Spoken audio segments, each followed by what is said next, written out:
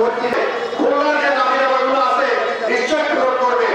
আমরা চিটাগং কুমিল্লা ইভেন্টে আমাদের খুলনা বিভাগের এই বৈষম্যের শিকার আপনারা বিষয়টিও লক্ষ্য রাখবেন।